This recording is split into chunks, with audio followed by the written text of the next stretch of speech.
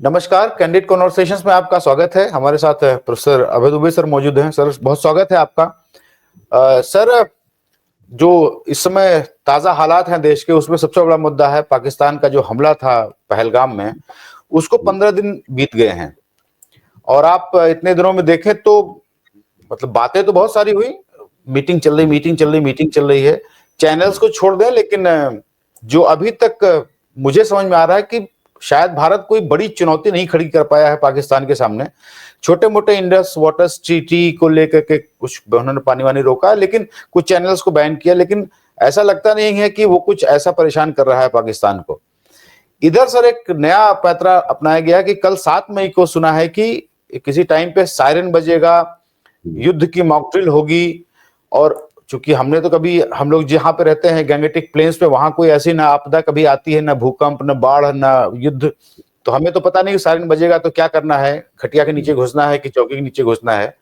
लेकिन सर, जो ज्यादा सोचने वाली बात है कि सच में क्या हम युद्ध करने जा रहे हैं? हम क्या युद्ध करने की हालत में हैं? हमने कभी युद्ध पहली गोली नहीं चलाई है भारत ने आज तक। आखिरी गोली जरूर चलाई है, लेकिन पहली गोली तो नहीं चलाती भारत की सेना है। तो ये सर वॉर फ्रेंजी, जो ये युद्धोन्माद जो बना के रखना चाहते हैं मोदी जी, ये सर सिर्फ जनता को बरगलाने के लिए मेन मुद्दों से कि वॉर का माहौल बना रहे, या सच में भारत कुछ करने वाला जिससे पाकिस्तान का कुछ एक परमानेंट सोल्यूशन हो जाएगा? देखिए, मुझे याद आ रहा है कि पिछली बार जब उड़ी स्ट्राइक हुई थी, जिसको थल सेना के कमांडो ने अंजाम दिया था, उससे पहले किसी इस तरह की कोई गतिविधि नहीं दिखाई पड़ी थी। मुझे नहीं याद पड़ता कि ऐसा कुछ माहौल बना हो जिसमें मीडिया लगातार चिल्ला रहा हो युद्ध युद्ध युद्ध, युद्धम देही, संस्कृत के लाइन नहीं है, युद्धम देही, मीडिया लगातार चिल्ला रहा हो। उसी तरह जब पुलवामा के जवाब में बालाकोट स्ट्राइक हुई थी, जो वायुसेना ने की थी, उस वक्त भी इस तरह का कोई माहौल नहीं बना था। इस बार कोई अलग तरह का खेल चल रहा है, इसमें कोई शक नहीं। इस बार का जो खेल है वो अलग तरह का है, और मैं ये मानता हूं उसके मर्म में क्या है उसको पहचानने की जरूरत है। उसके मर्म में ये है कि सरकार को बहुत लंबा समय चाहिए। इस बार सरकार 10 दिन में, भाई उड़ी स्ट्राइक 10 दिन में हो गई थी, बालाकोट स्ट्राइक 12 दिन में हो गई थी, अब 12वां दिन भी गुजर गया, अब 15वां दिन है। मेरा मानना है अगले 15 दिन भी गुजर जाएंगे, उसके बाद अगले 15 दिन भी गुजर जाएंगे, ऐसा हो सकता है। अच्छा, मामला बहुत ही नाजुक है। नाजुक इसलिए है कि जो अंतर्राष्ट्रीय परिस्थिति है वो इतने अंतर्राष्ट्रीय परिस्थिति इस तरह की नहीं है कि भारत को कोई साफ मैदान मिल गया हो। जब टीवी पे ये सवाल उठाया जाता है कि अंतर्राष्ट्रीय परिस्थिति ऐसी नहीं है, तो टीवी के एंकर इस तरह जवाब देते हैं कि अंतर्राष्ट्रीय मसले बाद में सुलझा लिए जाएंगे, पहले तो हमें बदला लेना है। अच्छा, मान लीजिए हम उनकी एंकर भारत सरकार के किसी खास सूत्रों से उन्हें पता लग गया है कि भारत सरकार बदला ले लेगी, अंतर्राष्ट्रीय मामलों की बिना परवाह किए हुए बदला ले लेगी। लेकिन आप सोचिए, एशिया की सबसे बड़ी ताकत जो है वो भारत के साथ नहीं है, खुल के पाकिस्तान के साथ है। दुनिया की सबसे बड़ी ताकत जो अमेरिका है, एशिया की सबसे बड़ी ताकत चीन है, और दुनिया की सबसे बड़ी ताकत जो अमेरिका है, उसने कह दिया है कि आपको केवल आत्मरक्षा का अधिकार है। जेडी वेंस ने यही तो कहा है, भारत की धरती पर खड़े होकर कहा है उन्होंने कहा है, you have a right, India has a right to self defence.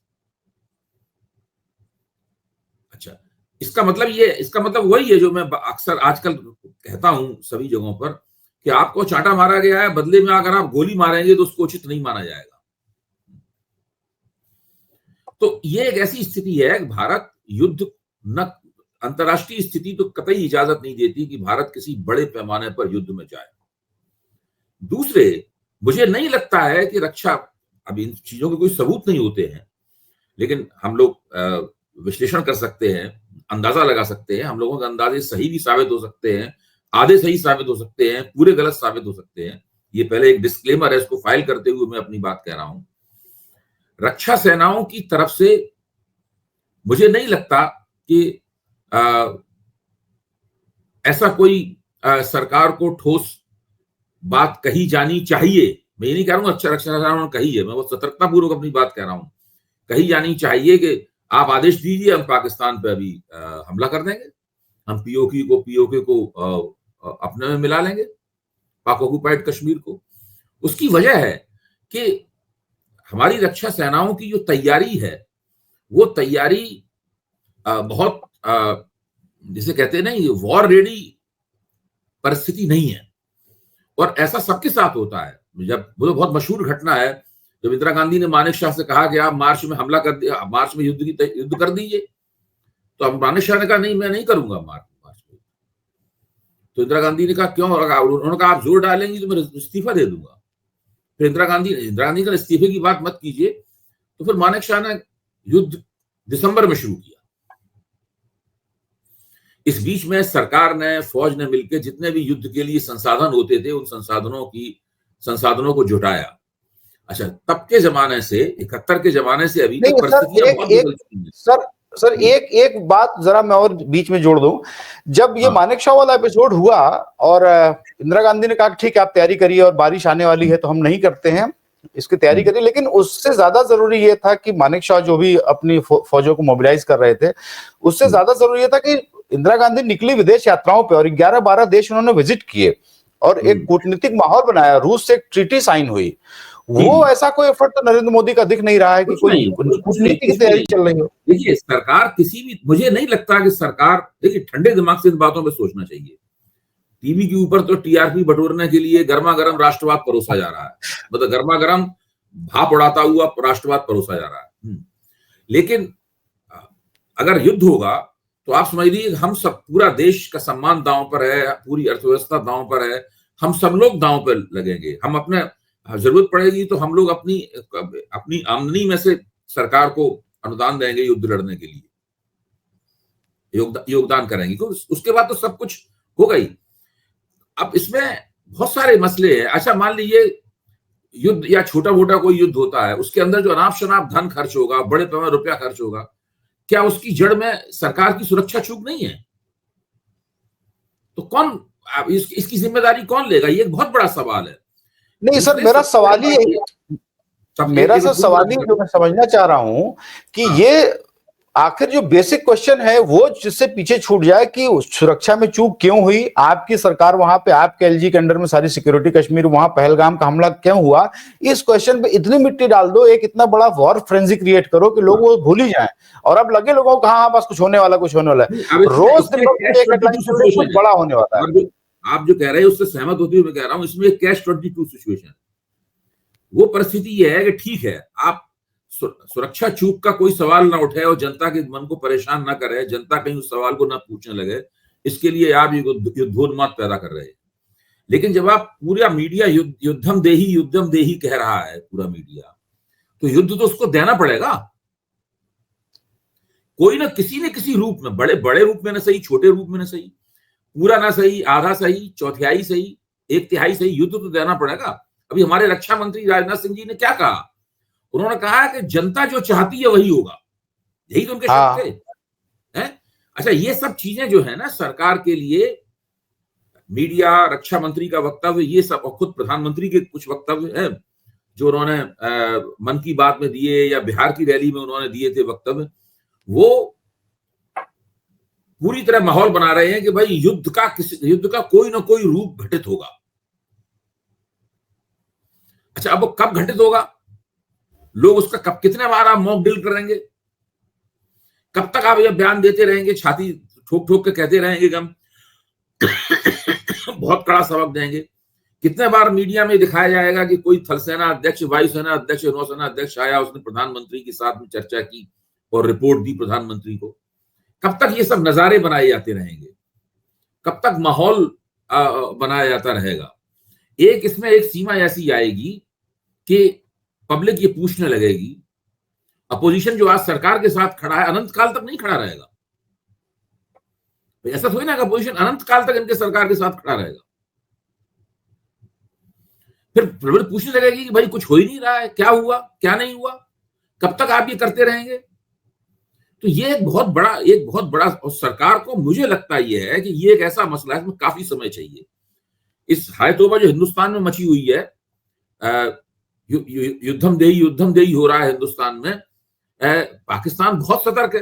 अब आप देखिए जो मुस्लिम देश हैं कई, जैसे तुर्की एक मुस्लिम देश है, वो मुस्तफा कमाल पाशा के जमाने का एक सेकुलर देश नहीं है तुर्की, जो अपनी मुस्लिम पहचान को पीछे कर दिया था और औरतों के मुंह से उनके वो तो और जो कट्टर हो गया है। यंग टर्क्स होते थे वो बुरके खींच लेते थे, मुल्लाओं की दाढ़ी काट देते थे, वो जमाना चला गया तुर्की का।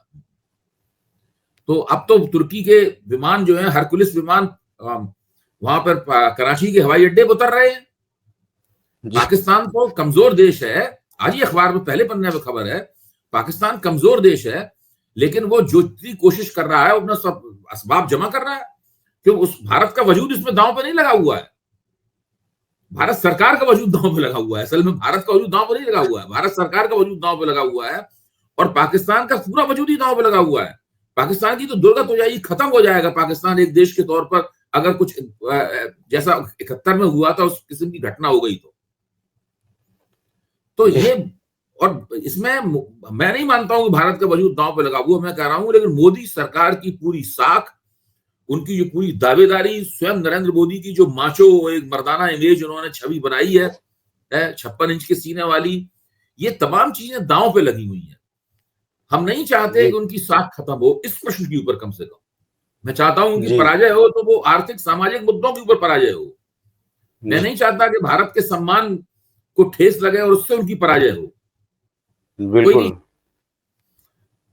क्योंकि वो उनको वो ठेस लगना हम सबके सम्मान को ठेस लगना है।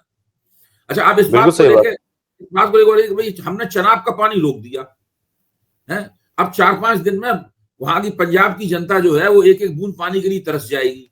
इसमें कोई पराक्रम की बात नहीं है। मैं ये कहता हूं कि भारत ने वाटर स्ट्राइक कर दी है, अब ये प्रचार किया जा रहा है भारत ने वाटर स्ट्राइक कर दी है, इसमें कोई पराक्रम की बात नहीं है।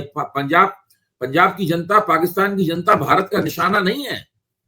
खुद मोदी जी ने भी नहीं कभी कहा है कि हम पंजाब की जनता को सबक सिखाएंगे या पाकिस्तान की जनता को सबक सिखाएंगे। मैं लेफ्टिनेंट जनरल रिटायर्ड शंकर दास की बात सुन रहा था, तो वो उन्होंने बड़े अच्छे तरीके से इस बात को समझाया।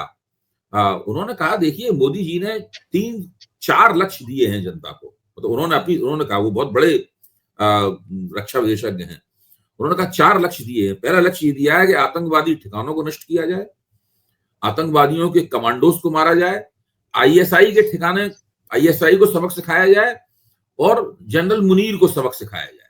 ये उन्होंने 4 लक्ष्य दिए हैं।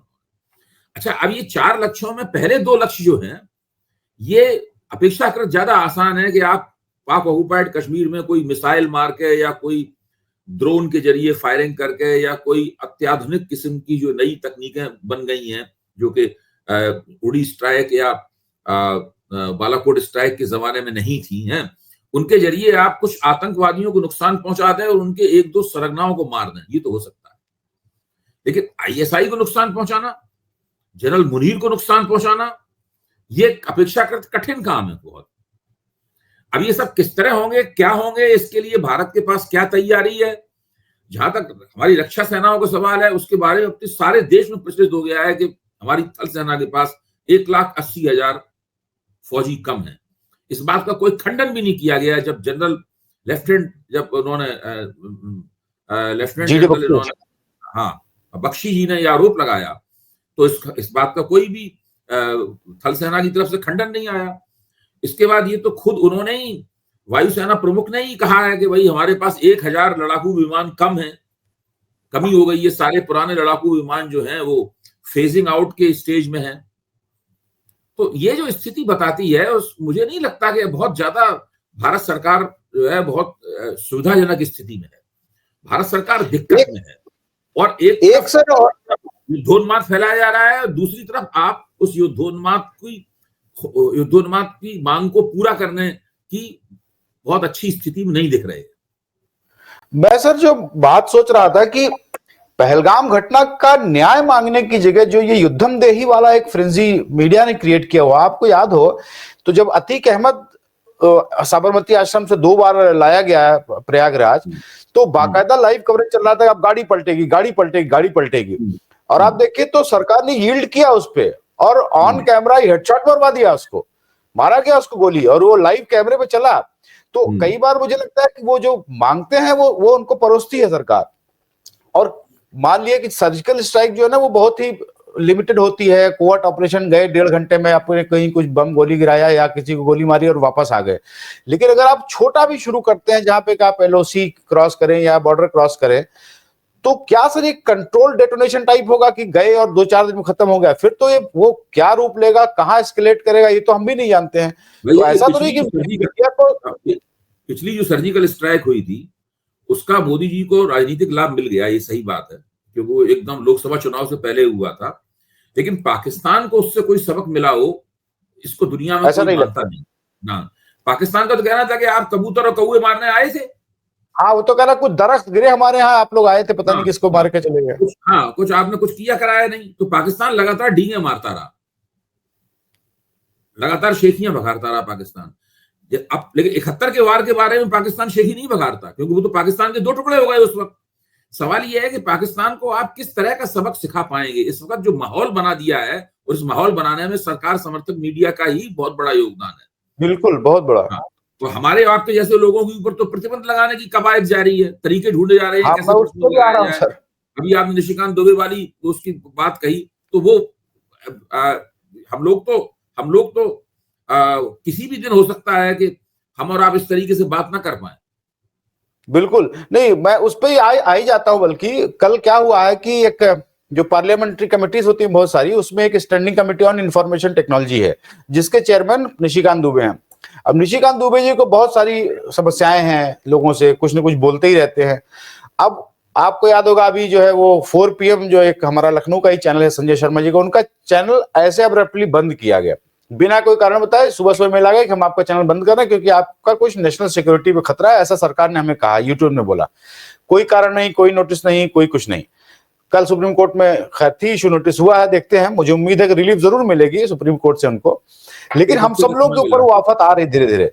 कल निशिकांत दुबे जी ने मंत्रालय से पूछा, बताइए ऐसे जो चैनल्स हैं जो कि नेशनल इंटरेस्ट में नहीं बोल रहे हैं और जो नेशनल सिक्योरिटी पे खतरा बन गए हैं, उन्होंने कैसे तय किया कि हम लोग या हम जैसे लोग जो सरकार से सवाल पूछ रहे हैं वो नेशनल सिक्योरिटी पे खतरा है, उनका आप बताइए आपने क्या कार्रवाई की है। तो वो खतरा धीरे धीरे कस रहा है। ये भी दिखाता है कि मोदी सरकार दमन का माहौल बनाया जा रहा है इस तरीके से। नहीं, मैं सर कह रहा हूं कि ये शायद मोदी जी के पास अब चालें खत्म होती जा रही हुई, ये उनके लास्ट एफर्ट्स हैं कि अब ये सब पे उतारू हो जाओ कि किसी को बोलने मत दो, किसी को कुछ सुनने मत दो। हम जो कर रहे हैं बस, जो हम सायरन बजा रहे हैं, जो मीडिया चिल्ला रहा है, बस आप वो देखिए और बाकी सवाल पूछने वालों का मुंह बंद रखो। अच्छा, मैं ये कह रहा हूं कि आपने 4 PM को डाउन कर दिया, सुप्रीम कोर्ट के आदेश से खुलेगा। आपने बहुत सारे चैनलों पर कम्युनिटी स्ट्राइक्स करवा दी, आपके ग्रुप बैठे हुए हैं, 10-10 हजार लोग भेज देते हैं यूट्यूब को, वो कम्युनिटी स्ट्राइक हो जाती है। उन चैनलों की या तो बंद हो गए हैं या बंद होने की कगार पे हैं। बहुत सारे मतलब तरह तरह के तरीके बताए जा रहे हैं कि आलोचकों को किस तरीके से मुंह बंद किया जाए।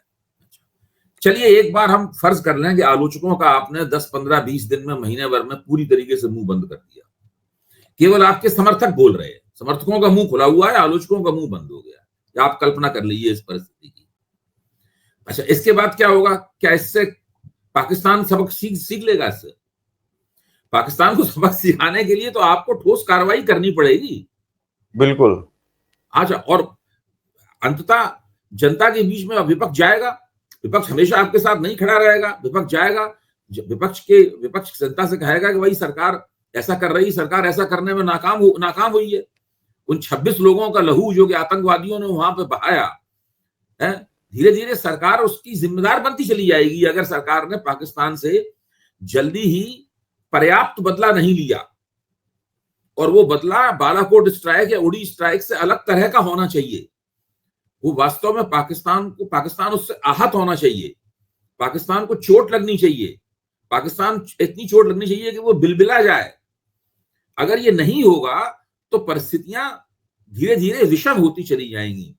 ये सारे तरीके जो हैं कि भाई इनका चैनल डाउन कर दो, निशिकांत दुबे से चिट्ठी भिजवा दो, एक मॉक ड्रिल करवा दो, वाटर स्ट्राइक का ड्रामा नाटक करने लगो, ये सब प्रबंधन है, ये मैनेजमेंट है।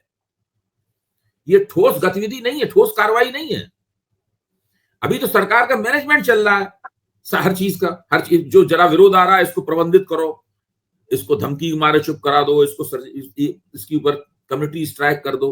तो अभी तो जितनी भी स्ट्राइक हो रही है सरकार की इस मुल्क के अंदर हो रही है, मुल्क के बाहर कब स्ट्राइक होगी ये सवाल है। जी नहीं, मैं सर क्यों, मुझे ऐसा लग रहा है कि शतरंज के खेल में जब आप मुश्किल में होते हैं तो फिर आपका राजा रानी और वजीर इधर उधर भागने लग जाते हैं। तो मोदी जी कुछ उसी टाइप का काम कर रहे हैं जिसको कहते हैं he is running out of moves. उन्होंने, आप देखिए सर कि एक जाति जनगणना नाम की चीज जिसके राहुल गांधी पिछले 2-3 साल से पीछे पड़े हुए हैं, पूरी भाजपा, पूरी सरकार, पूरा भाजपा समर्थक जितना भी एक इकोसिस्टम है, वो सब इसको गाली बकता रहा कि बिल्कुल कितना खराब काम है, ये राष्ट्रद्रोह का काम है, ये जातियों में बांटना, जाति जनगणना नहीं होनी चाहिए। मुख्यमंत्री तो तालिबानी बोलते थे, तालिबानी बोलते थे। फाइनली अब मोदी जी को लगा कि नहीं, अब इसके अलावा कोई रास्ता नहीं, वो उन्होंने अनाउंस करवा दिया। लेकिन मैं सर जो बात कर रहा हूं कि जब राहुल गांधी कहते हैं जाति जनगणना होगी, तो उनकी बात में एक विजन दिखता है कि जब जाति जनगणना होगी, एक संख्या आएगी, डेटा होगा, डेटा के हिसाब से पॉलिसीज बनेंगी, रिजर्वेशन अगर हटाना पड़ेगा तो रिजर्वेशन की सीमा बढ़ेगी। तो वो एक कुछ प्लान है उनके पास। मोदी जी ने जब ये किया है तो ये सिर्फ ये लगता है कि एक चुनावी मुद्दा, चूंकि बिहार का चुनाव है, तो अभी इस पे मिट्टी डालने के लिए इस पे इसको आग को ठंडा करो, जाति जनगणना अनाउंस कर दो, पहले तो जनगणना हो। अभी तो जनगणना ही 5 साल से ओवरड्यू चल रही है, नहीं हो रही, तो जब होगी तो जाति जनगणना भी हो जाएगी। उसके बाद उसका डेटा बाहर आएगा, नहीं आएगा, उस पर क्या एनालिसिस होगी, उस पर क्या पॉलिसी बनेगी, ये सब का कोई चर्चा नहीं है। सिर्फ उन्होंने कहा ठीक है हम भी करा देंगे जाति जनगणना। मैं सर ये पूछ रहा हूँ कि ये जो अब स्थिति आ गई है कि बस वो किसी तरीके से वो चुनाव में जो अभी आपको करना है वो आप चुनाव की नजर से ठीक है अनाउंस कर दीजिए। ये जो चालें कम पड़ रही मोदी जी को, आपको लग रहा है कि Modi ji running out of moves? मेरे ख्याल से मोदी जी ने जो जातिगत जनगणना की घोषणा की है, अंततः जातिगत जनगणना तो उन्हें करवानी ही थी, लेकिन इस वक्त जब पहलगाम के ऊपर सारा देश चिंतित और दुखी था, गम और गुस्से की लहर थी, उस वक्त जो जातिगत जनगणना की घोषणा की है उसके पीछे पहला और एक बहुत ही छोटे किस्म का फायदा उठाने की कोशिश हुई थी कि जो फोकस है वो थोड़ा हट जाए और चर्चा दूसरी तरफ चली जाए, ये थी। उसमें सरकार पहले 1-2 दिन कामयाब भी हुई, ऐसा लगा कि ये फोकस बदल जाएगा, लेकिन फिर उसके बाद में ये कामयाबी सरकार की तिरोहित हो गई। 2-3 दिन ही सरकार की कामयाबी चली, उसके बाद अब जातिगत जनगणना पर चर्चा विपक्ष के अंदर भीतर ज्यादा हो रही है, क्योंकि राहुल गांधी गंभीर है उसके प्रति। अच्छा, राहुल गांधी की पार्टी 2 जातिगत जनगणनाओं से जुड़ी रही है, बीजेपी ने तो कोई जातिगत जनगणना आज तक नहीं कराई। भाई बिहार में जब जातिगत जनगणना हुई तो तेजस्वी यादव, महागठबंधन की सरकार ने की, नीतीश कुमार और कांग्रेस, ये तीनों सरकार में थे, तो उसकी जो डिजाइन बनी उसमें उसकी कांग्रेस अच्छी तरीके से परिचित है उससे। तेलंगाना में केवल कांग्रेस की सरकार थी, उन्होंने उसकी डिजाइन बनाई। राहुल गांधी ने वक्तव्य दिया कि भाई बिहार की जनगणना की डिजाइन जो है और तेलंगाना की जनगणना की डिजाइन में काफी फर्क है, और हम चाहते हैं कि तेलंगाना की जनगणना की डिजाइन से हमें सीखना चाहिए कि जातिगत जनगणना सारे देश में कैसे हो। तो कम से कम वो लोग, उनमें आपस में मतभेद हैं, कुछ तेजस्वी यादव में और उनमें आपस में इस बात को लेकर मतभेद हैं, लेकिन ये सकारात्मक मतभेद है। वो एक इतनी बड़ी घटना देश में होने जा रही है, तो अंततः सरकार कराएगी देर सवेर, तो वो उसके बारे में सोच रहे हैं और बहस कर रहे हैं। बीजेपी की तरफ से इस मामले में पूरी तरह चुप्पी छाई हुई है। बीजेपी ने ना तारीख घोषित की है, ना बजट में पैसा। 4,000 करोड़ रुपए खर्च होगा इसके अंदर, हो सकता है 5,000 करोड़ रुपए खर्च हो जाए, बजट में केवल 500 साढ़े 500 करोड़ रुपए रखा हुआ है। तो सरकार की तरफ से तो केवल घोषणा की गई है, बाकी बिल्कुल चुप्पी है, कुछ नहीं पता है कब क्या होगा। यहां भी वही मामला है, यहां भी आपने एक छोटे संकट को प्रबंधित करने के लिए ये घोषणा कर दी, लेकिन मुझे लगता है कि आपने यहां भी बड़े संकट को आप न्योता दिया है आपने, जो दूरगामी तौर पे आपके सामने आएगा, बड़ा संकट।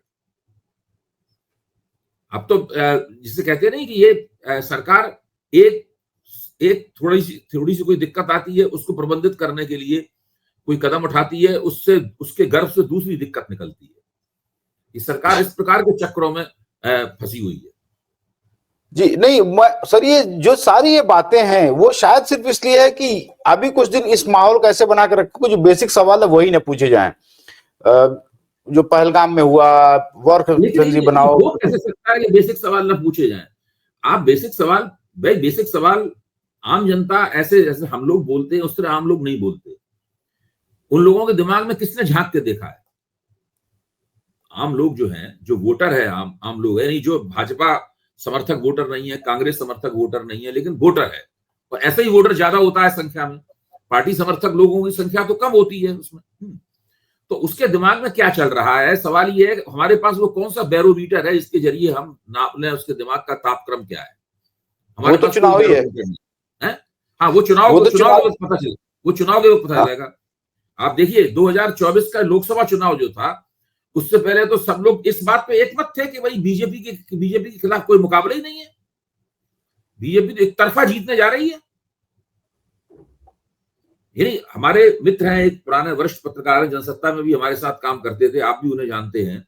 जब टीवी चैनल पे उनसे बातचीत होती थी तो वो कहते थे हम लोग एक तरफा जीतेंगे, शाह तो शर्त लगा लो।